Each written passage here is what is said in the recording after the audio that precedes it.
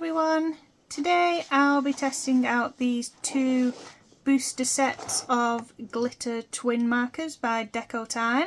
There's 10 markers in each set and one of them has greens, blues and purples in, and the other has warmer colours, pinks, yellows, oranges and red in, and they were £5 each from B&M's. And the writing length is 200 metres. They have the triangular barrel shapes with the colour name and number written on the lids. They're water-based ink and they're twin markers, so there's a brush tip and a fine tip at each end of the brush. And included is the Deco Tray, so they clip to your existing Deco Tray if you're collecting these pens by Decotime. So let's have a little look inside. So these are the blues, greens and purples, and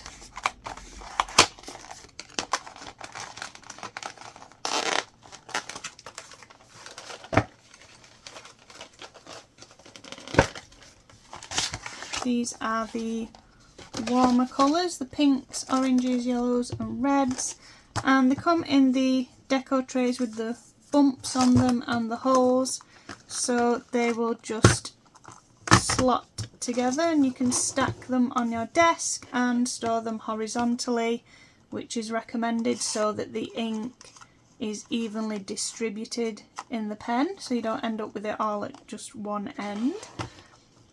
So I've had some of these glitter markers before. I got them in this set of 36 mixed twin markers, which I did a video on before.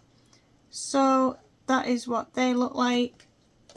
But these ones were thinner because the row has 12 in it instead of 10, so the pens were a little bit thinner than these ones. But these are the usual chunky size. So you can see the difference in the size. So these were the colours that I already had in that 36 set. Those 12 colours there. I don't know if you can, if it's picking up the glitter on the camera, but I'm going to test out all the other colours. The only colour that is a duplicate of what I already had in this 36 mixed set that came with 12 glitter markers was the primary magenta number 291. That was a repeat, but the rest of these colours I don't already have, so they're a good little booster set just if you want to add some more colours. So I'll try them all out now so we can see what colours I'll be adding to my collection.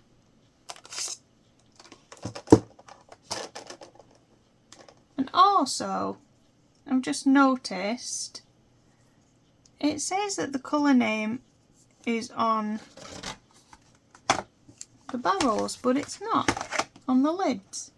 See, colour name, but there's nothing written on it anywhere. I don't know if that's, have they just forgot?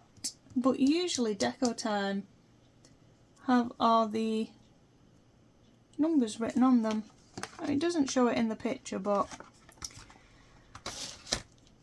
I think we might have to then stick a little sticker on with the numbers. I might have to do that, and then I know which colour is which. But they have come with the colour names written on the box, and I think if you don't move them out the tray when you first get them, they are in the correct order, so I'll have to keep them in order so that I know which correct number to stick on each one.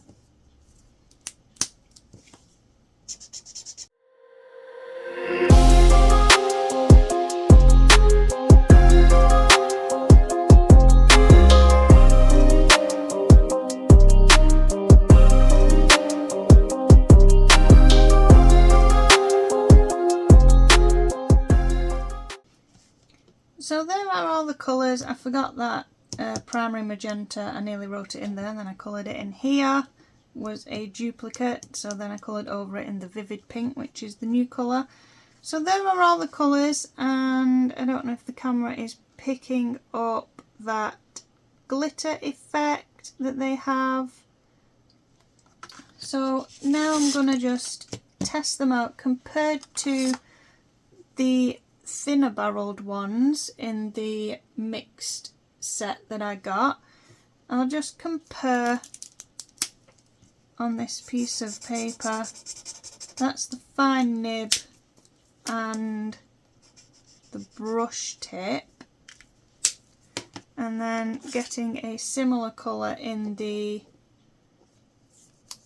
wider barrels. I would say that the tip is slightly thicker on these fine tips, and the brush tip isn't as soft unless it softens up a little bit. And also it hasn't really gone through to the other side, but it is trying a little bit because they're quite inky. So although it hasn't really bled through this thin paper, do always test it on the paper that you're going to use. If you've got a blank piece in the back of your book or a page that you're not using somewhere at the back, just to test it on that exact type of paper to see if it bleeds through, because this is thick card, so nothing will bleed through that. Also, the other markers, the thinner ones from the mix set, I tested it on the black paper. They're the metallics, and then these were the glitters, and the colours don't really show up, but they do add a little bit of glitter. So although it doesn't really colour the black paper, not like the metallics do, you can still add a little bit of glitter and shimmer to your artwork and colourings. Another thing as well to mention is that the glitter does rub off a little bit onto your hands. So if you are working on a page and you're right-handed, start from the left corner and work your way down, and if you're left-handed, start from your right corner, work your way down, so that you're not smudging it with your hands and getting glitter all over where you don't want it.